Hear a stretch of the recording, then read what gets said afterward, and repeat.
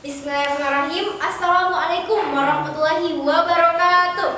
Halo, perkenalkan nama saya Muktadiratul Rafi'ah dari SMA Negeri 2 Goa. Di sini saya akan membawakan sebuah dongeng rakyat dari Goa yang berjudul Ilompo Golo. Inilah sebuah kisah dari Goa tentang sepasang suami istri yang sangat bahagia. Mereka hidup serba berkecukupan, segala kebutuhan hidupnya terpenuhi. Namun sayangnya sampai di hari tua mereka belum dikaruniai anak. Hingga tak bosan-bosannya mereka berdoa kepada Yang Maha Kuasa agar diberi rezeki anak.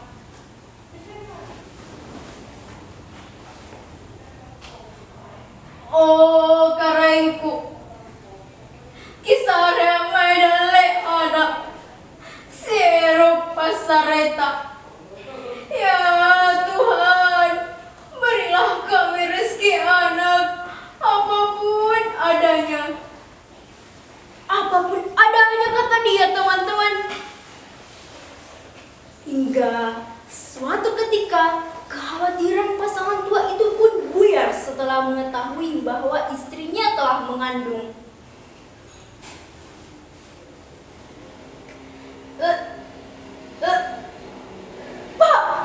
Pak, sepertinya aku hamil, Pak. Pak, hamil.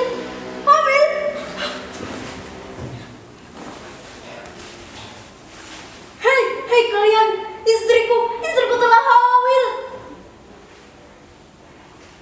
Setelah 13 bulan lamanya sang istri mengandung, lahirlah sang bayi yang telah lama diimpikan. Bayi yang lincah, lucu, menggemaskan, dan tentunya akan menjadi anak yang gagah perkasa.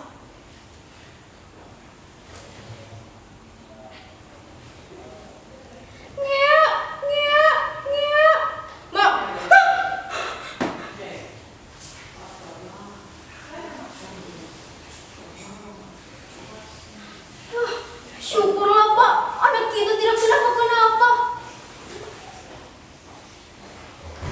Inilah asal muasal kenapa orang tuanya memberikan ia nama Ilompo Golo. Karena fisiknya yang kuat, serta anak ini mampu menghabiskan berpuluh-puluh liter air susu setiap harinya. Ketika Ilompo Golo sudah menjadi dewasa ataupun remaja, nafsu makan Ilompo Golo pun semakin menjadi-jadi, hingga makanan yang diperuntukkan untuk ayahnya pun habis dimakannya. Sampai-sampai makanan tetangganya pun habis dilahapnya. Tak heran jika hal ini membuat hati kedua orang tua Ilompo Golo pun semakin dongkol, dan mereka ingin agar Ilompo Golo dibinasakan saja dari rumah.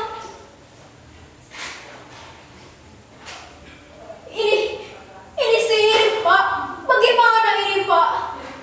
Bagaimana ini? Saya semakin tidak enak dengan para tetangga.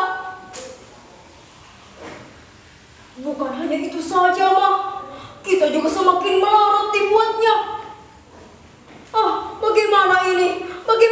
Ma? Kita harus memikirkan siasat untuk membinasakan Ilompo Golo. Bagaimana ini, Ma? Bagaimana caranya kita harus binasakan Ilompo Golo, Ma? Bagaimana kalau... Bagaimana, Ma? Baik, Pak. Sini, Nak. Ilompo Golo, sini, Nak. Hei, sini.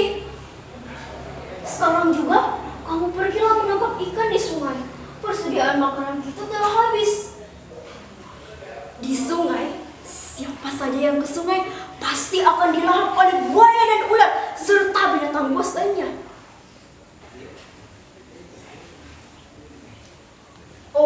Baiklah, Mak. Saya akan berangkat menuju sungai. Setelah Ilompo Golo pun kembali dari sungai, orang tuanya pun kaget melihat barang bawaannya.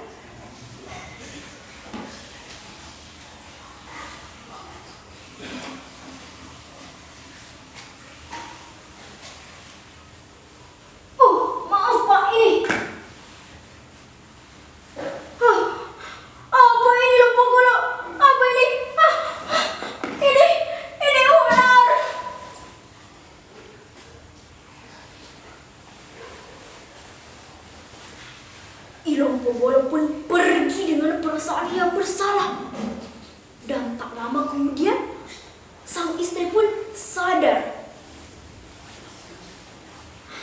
Ada apa ini, Pak? Ada apa ini? Kenapa Ilmu semakin menciptakan saja? Bagaimana ini, Pak? Atur, Pak. Atur. Bagaimana siasat berikutnya, Pak? Bagaimana? Bagaimana, Pak? Tenang, Ma. Tenang.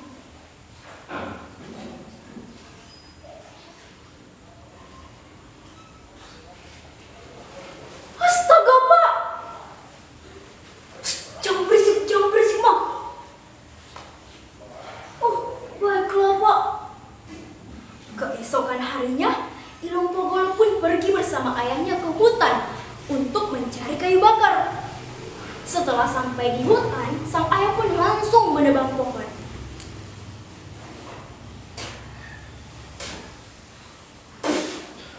Pohon pun rebah. Dan sang ayah pun menyuruh Ilompogolo untuk menangkap pohon itu. Ilompogolo, tangkap, nak, tangkap pohon itu. Jangan sampai pohon itu jatuh ke tanah.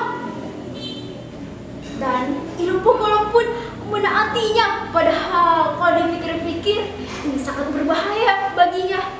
Tapi karena Ilompogolo sedikit idiot, jadi ya dia tidak memikirkan dirinya. Tidak.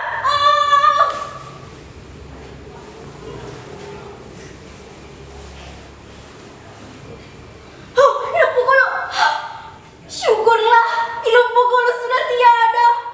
Aku harus mengabarkan hal ini kepada Mama. Ma, Ilompogolo, Ma. Ilompogolo sudah tiada, Ma. Ya, Pak. Syukurlah Ilompogolo sudah tiada. Tapi itu siapa, Pak? Itu siapa? Itu anak kita, Pak. Dia kembali. Sementara Ilompogolo pun dengan kesalnya berkata,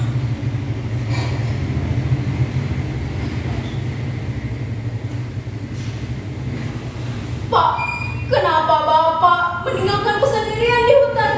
Saya akan takut, Pak. Siasat kedua dijalankan, tapi tidak berhasil juga, teman-teman. Dan pada akhirnya orang tua Ilompogolo pun berterus terang kepadanya.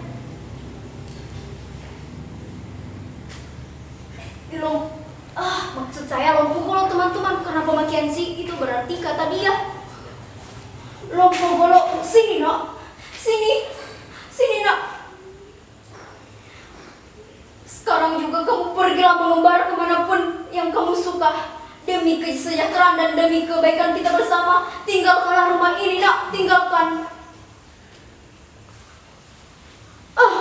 Saya tidak mau, Ma. Saya tidak.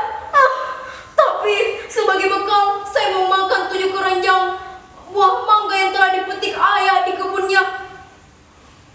Setelah Ilompogolo memakan semua 7 keranjang buah mangga itu, Ilompogolo pun pergi. Di tengah perjalanan, Ilompogolo pun bertemu dengan seorang pengembala. Sebentar, kawan. Sebentar.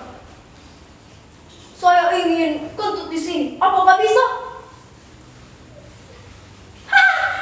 Bisa. Kentut saja. Masa kentut saya minta izin? Tidak akan ada yang melarang kita di sini. Kentut saja. Oh, terima kasih, kawan. Ilompogolo pun kentut dan mengeluarkan semua biji mangga yang ia tengah makan tadi. Enaknya. Dan semua biji mangga itu menghantam kepala para pengembala kerbau. Sakit. Dan di suatu tempat terdapat seorang petani yang sedang kelelahan karena kerbaunya ini mengamuk.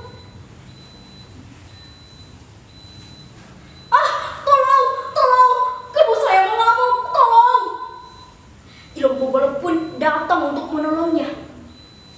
Dan Ilompogolo membantu petani itu membayar sawahnya dengan cepat. Dan pada akhirnya petani itu pun memberitahukan kepada semua warga bahwa ada seorang anak di kampungnya ini yang baik hati dan suka menolong para petani. Hal ini sampai terdengar ke telinga orang tua Ilompogolo. Itu Ilompogolo, Pak. Itu Ilompogolo. Itu anak saya, Pak. Saya mau ketemu dengan Ilompogolo. Keesokan harinya, Ilompogolo pun ketemu dengan kedua orang tuanya. Ilompogolo, sini nak, sini. Ayo kita kembali ke rumah nak. Ayo kita kembali ke rumah. Mereka pun berpelukan dalam satu pelukan yang haru. Dan pelukannya ini sangat mendalam. Ilompogolo pun semakin rajin membantu kedua orang tuanya untuk memenuhi kebutuhan hidup mereka. Dan mereka pun tinggal sebagai keluarga kecil yang dipenuhi atau diwarnai cinta, kasih, dan sayang. Demikianlah cerita Ilompogolo ini. Adapun pesan moral yang dapat ditarik dari cerita ini, yang pertama yaitu dalam berdoa kita harus khusyuk dan sabar kepada Allah Subhanahu wa taala. Dan yang kedua, kita harus selalu taat dan patuh